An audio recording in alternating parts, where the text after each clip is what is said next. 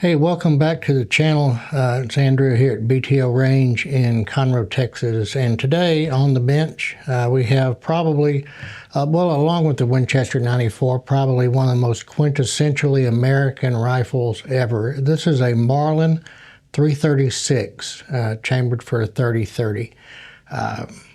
Marlin's had a bit of a tumultuous history over the years, and they've come in and gone out and come in and gone out, and some of the models didn't survive.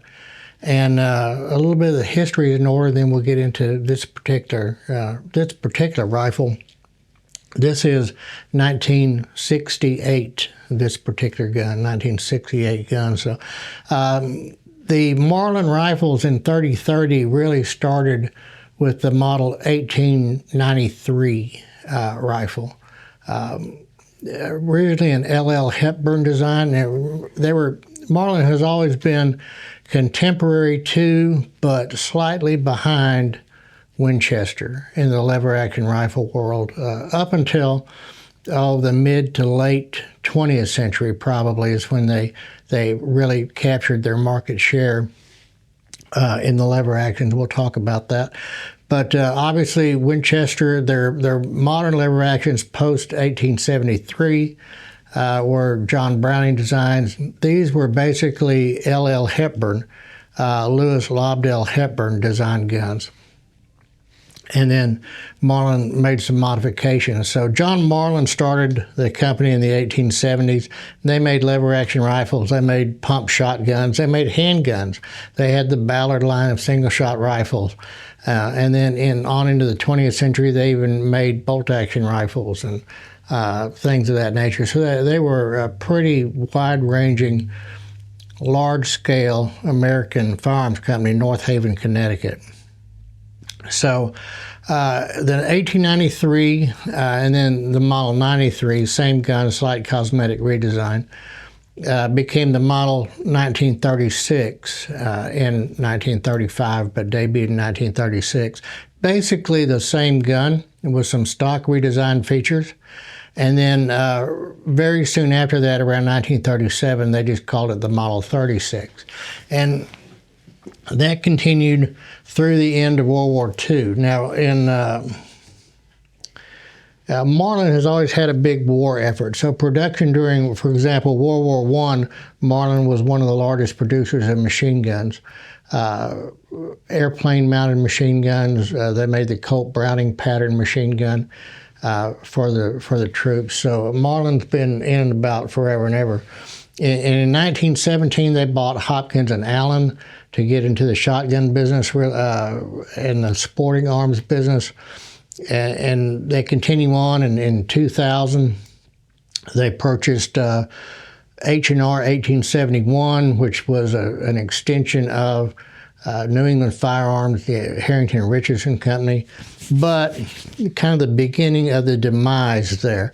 So in December of 2007, Remington, the Freedom Group, the conglomerate that Remington was a part of, buys Marlin. And they moved everything out of North Haven, Connecticut to the Remington facility in Ilion, New York, and down in Mayfield, Kentucky. And for most Marlin people, that was kind of the demise of Marlin quality. The Remington production Marlins, they were using the old machinery. They didn't move the people, or not very many of the people, so they were trying to catch up. And cosmetic quality and just general quality and quality control, I guess, probably what I should say, began to slip. And really, Marlin took a bit of a reputation hit during that Remington time. Of course, Remington, eventually they went out also and got broken up. And now in 2020, as of September of 2020, Ruger bought the Marlin assets and the name and moved everything to Mayodan, North Carolina with the Ruger products.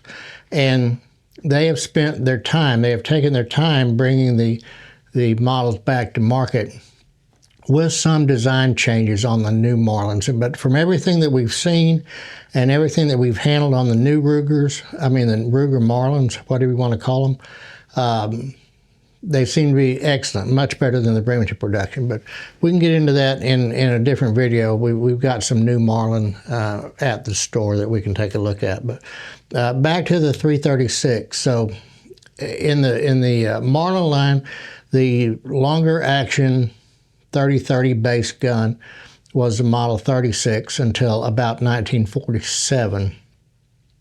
In 1948, they developed the Model 336. It debuted in 49. The biggest design change, there were some cosmetic design changes to the fore end, to the stock, but the primary difference is we went from this square side bolt to this round bolt, and except for the 94 guns, the Model 1894 guns, the Marlin lever actions would have round bolts from that point, centerfire guns. So the round bolt started, and they made a big deal in marketing because they also changed the lockup system of the rifle a little bit with the round bolt, and they were really hyping how the bolt locked up, how the cartridge rim was completely surrounded or encased by steel when it fired. So it was a pretty big marketing thing for Marlin. They're in the late 40s.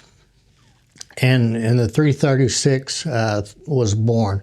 So there were a bunch of different models in this gun, and quite a few calibers produced in the 336. For example, the original gun, well, there's a 336 carbine, 336 sporting carbine, and then the 336A series. The difference in the A series is we don't have the barrel band. We have the fore-end tip, without the barrel band. The 336A has a 2/3 magazine instead of a full magazine. Now in the carbine version, like this particular gun is marked 336 RC. That stands for regular carbine. They did have an SC, which was a sporting carbine, which was a 20-inch barrel, 2/3 magazine gun. The RC is a full magazine gun. So there's quite a few variations that there were deluxe variations. The 336 ADL, same basic pattern gun, checkered wood, came with a sling. And then in 1957, they even had stocks designed by Bishop that had a cheek piece on them. So then that DL even went into the carbines, the 336 SD, the deluxe sporting gun carbine, had a Monte Carlo stock designed by Bishop as well. So there was another version called the 336 Texan, which was a straight stock gun, 20-inch barrel, full magazine in 30-35 Remington. And then from 63 to 67, they even chambered that gun in 44 Magnum. The 336 itself was also chambered in 44 Magnum for a short period of time.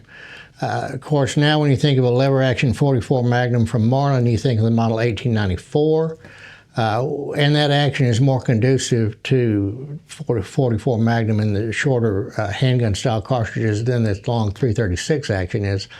But they did chamber the 336 in 44 Magnum. They are somewhat collectible now, and any of these older Marlins have become somewhat collectible. So the original caliber chamberings for this gun were 30-30 and 32 special, 32 Winchester special, different cartridge from 32-20. Kind of an adaptation, if you will, of the old 32-40 cartridge, but the 32 Winchester special, obsolete, smokeless powder round.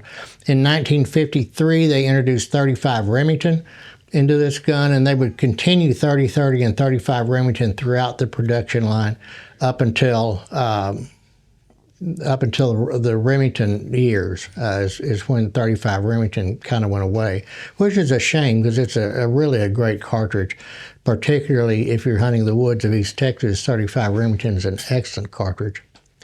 From 1955 to 1960, they made a version of this gun in a caliber called .219 Zipper, and that was a rimmed cartridge shooting a fairly high-speed cartridge, trying to make a varmint gun, if you will, out of this. Remington, Winchester kind of did the same with their Model 94 in 25-35 and things of that nature as well. So, and Savage with 22 Savage high power in the Model 99. So they had 219 zipper in this particular rifle. So those are out there. If you can find them, you're going to pay for them. They're pretty collectible.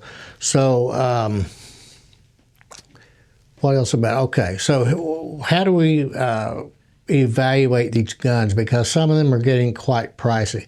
The first thing we need to know is date of manufacture, and the serial number charts are out there for the older guns that have a letter in front of the serial number. Later guns, you'll find the serial number here on the top tang behind the hammer. After about 1975, you would subtract the first two digits from 2000 to find the year of manufacture. And then prior to that, for example, this gun, we have the serial number. Let's clear it real quick before we start really messing with it a whole lot. Okay. We see the serial number here on the bottom tang, and that's where you're going to find them, including the ones that have the letters stamped. So it'll be either a single letter or a double letter followed by 4 or 5 digits typically for the serial number. This is a 68 gun, and during the late 60s, it started with the last 2 digits of the year, so 68 serial number. So it's a 1968 gun. The other thing we need to look at is I don't remember the exact year, but in the 80s, I believe, Marlin went to that crossbolt safety. And obviously, it's not present on this gun. This gun is way too early. A lot of collectors won't even consider a crossbolt safety Marlin. So they bring typically a little bit more money. But what a lot of people are looking for when they look for these Marlin rifles is this little right here, if you can take a peek at that, right in front of the receiver on the right side of the barrel, there is the letter J and the letter M in an oval standing for John Marlin. So once Remington bought it, that went away, and then it hasn't come back. I mean, Ruger doesn't do that. The Ruger serial numbers start with RM for Ruger Marlin, but when you see people talk about a JM marked Marlin, that's what they're talking about, is this particular mark here. And they tend to bring a little bit more money on the used gun market because they are what collectors consider to be an original Marlin, if you will. So let's take a look at this gun. Let's try to evaluate it and go through a couple of things that you need to look for when you're looking at particularly Marlin 336 rifles. So same 3 things we always talk about: originality, scarcity, and condition.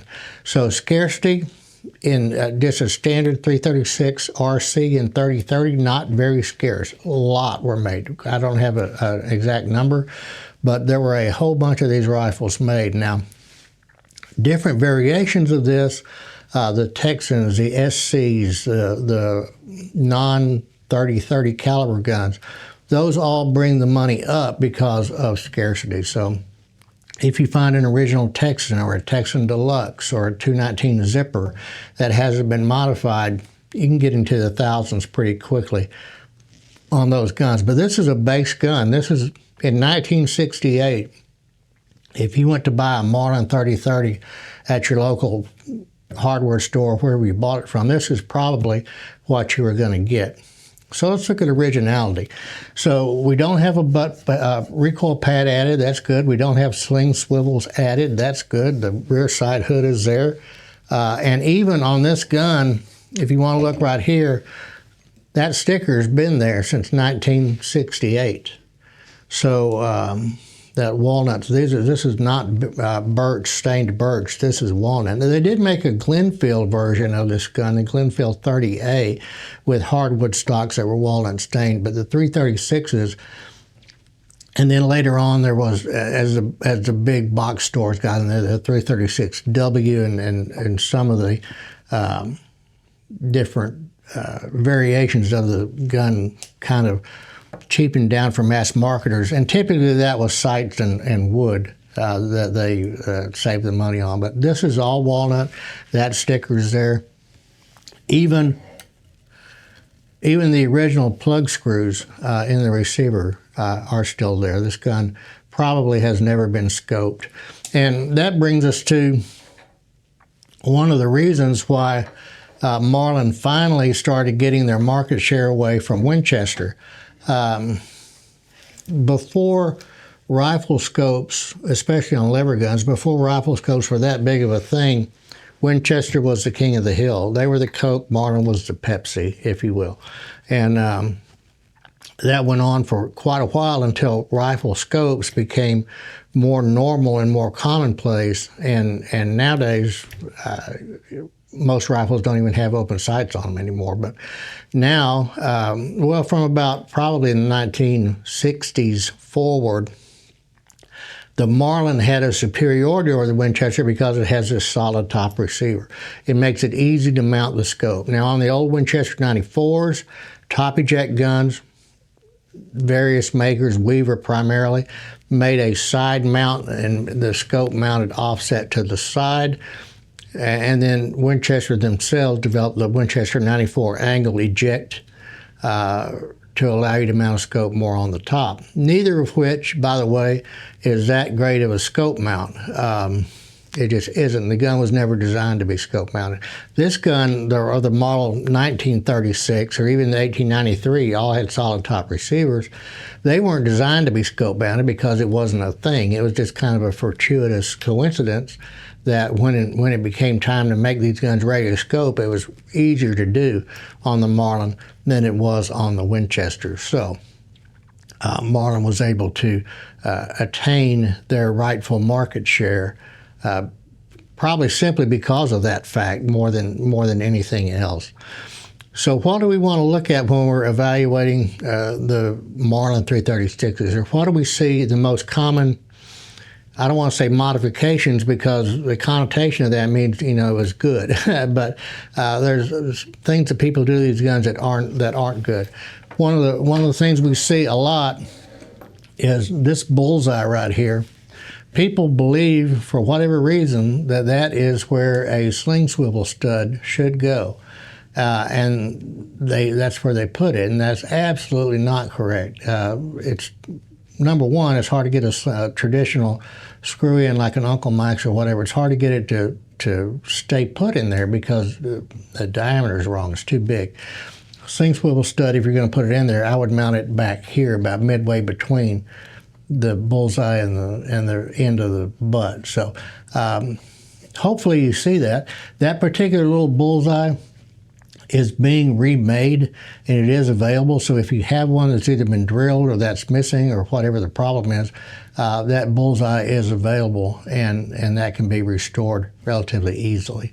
This grip cap, not all models of the Marlin had the grip cap with a white line spacer, so you need to make sure if yours is supposed to have that it does. It's simply secured by a screw. It's not uncommon to see that either cracked out or just missing. So that too. Sling swivels, most of the time, or the way we mount them anyway, is a band type sling swivel on this front band. So we don't have any of that going on here. Our side hood is intact. And mechanically, a couple of things you want to look at on this gun. This particular stud right here, and it's going to be hard to see probably. It's right above these receiver sight screws. There's a little hole there that you can see the back end of what looks like a pin in there. That's the back end of the ejector. The ejector on this gun, when you open the action, you can reach in and you can feel the spring tension on the ejector, but it's not secured into the receiver other than it's sitting in that little trench, and there's a locating pin basically on that ejector that fits into the side of the receiver. It's held in place by the bolt. And when people take this gun apart to clean it or for whatever reason they're taking it apart, which is a good thing, they lose it, or they don't remember to put it back in, or something else is screwed up and the ejector is just not in there. And you won't know it's not in there until you go to shoot it, and then all of a sudden the fired case will come out of the chamber, but it won't go anywhere. It'll just lay in there because there's nothing to eject it out. So that problem. Another problem we run into is we run into feeding issues with this gun. feeding out from the magazine onto the carrier, and then the carrier is locked. The carrier won't rise up. Typically, that's this screw right here. This screw is part of the loading gate. That's what secures the loading gate. The loading gate on this rifle is its own spring. So if this is not snug, this is allowed to flop, and it will catch on the carrier moving up and down and stop and just lock the action completely up. So that screw is really super important. So those are the things that we really want to look at, and then obviously the general condition, right? Any rust on the bluing, any nicks, cracks, chips on the wood, things like that. So we don't have any of that on this gun. This matte finish top is absolutely correct, and the matte finish bottom is absolutely correct for a 1968 model 336, or really any 336. And the rest is a polished blue. That's all correct. The gold trigger is correct. Really, actually, fairly nice, nice grain walnut here with this oil finish. That's all absolutely correct. We're 100% confident that this is not only an original gun, but it is in really high condition, which is unusual because these guns were not designed to be safe cleaned. These guns were designed to be taken out in the woods and carried around and shot and right around in the gun rack of the pickup truck, and they were. And this gun, there are some little marks on it here and there, but certainly well above average for a 56-year-old gun. Yeah, so I'm a little bit older than the gun, but gun's in a hell of a lot better shape than I am. There's no doubt about that. So this particular rifle, we are even the rear side elevator is here. These side elevators are being remade, these little guys here. They're easy to get a hold of, but they're quite often they're missing as well, particularly if the gun's been scoped. So everything's there. All the screw heads, check the screw heads to make sure the slots haven't been buggered up by some goober with a Stanley screwdriver trying to open them up. So what would these things go for? Well, just a plain Jane 336 RC, 60s vintage like this, obviously JM marked, high condition. We would expect this gun to sell comfortably over $700. Checking the closed auctions that actually sold on a major gun auction site that has a green banner, I don't know if I could say, it rhymes with bun poker. So I don't know if I can actually say that name of it without getting a community violation or whatever they call it. But we're seeing these guns actually hammer at $800 to $900. So you can add several $100s for the rarer versions of this. Now remember, when a Marlin anniversary, these had a medallion in the stock and let into the stock. And there were various special order or special runs of these guns made, and all of those can affect the value quite a bit. So just about any usable, any normal wear, I mean, maybe not as high condition as this, but I can't imagine a Marlin 336 that's complete and functional, even with a little bit of surface rust and oxidation, is going to sell for at least $450. And maybe a little bit more. Now, this is geographically dependent, right? If you're out in West Texas where there are no trees and you're wanting a 400-yard shot on a mule deer, it's probably not going to sell for that much because it's not the rifle that everybody wants out there. But anywhere in the eastern United States and in the woods of East Texas or here in Southeast Texas, the guns sell well. When we get the used 336s in, regardless of condition, they do not last long at all. They sell quickly. They sell faster than the Winchesters. They're a quicker moving gun. The turn is quicker on them, I guess. So, and we're going to do a teardown video on this gun here shortly. It'll be coming up, publish it probably within the next week or so, couple of weeks. And we'll take this gun apart and show you more in depth of what that ejector looks like, how the carrier works, what screws go where, because, for example, this screw here on the side and this screw here on the bottom are the same diameter, same thread pitch, but different lengths, and they can be confused, and it could be problematic on how you take care of that. But we'll go through all that on that video. But this is the Marlin 336 1968 gun, and there's enough variation in this stuff as we get different vintages, or as we get different submodels of this Marlin lever action. They're worth doing a separate video on. If we're lucky enough to get a Texan, or we're lucky enough to get a 336A, that'd be worthy of its own video. So hit that like button, hit that subscribe button. That means you don't know how much that means to us when we get that, because it helps the algorithm. It helps the channel grow quite a bit. So we're doing this because, number one, we like doing it. And we're getting a lot of good comments, and we appreciate the support from everybody. So hit that like button, hit that subscribe button, hit that little bell, notify you when we post new videos. If there's something you want us to take a look at, send us an email or send us a message in the comments, and we'll try to get it up. Ithaca 37, you know, people have been asking for that gun. Trying to get a hold of one to do one on. That's a great gun. But as we get stuff in, we'll keep doing it. So once again, thanks for stopping by, and we'll see you on the next one.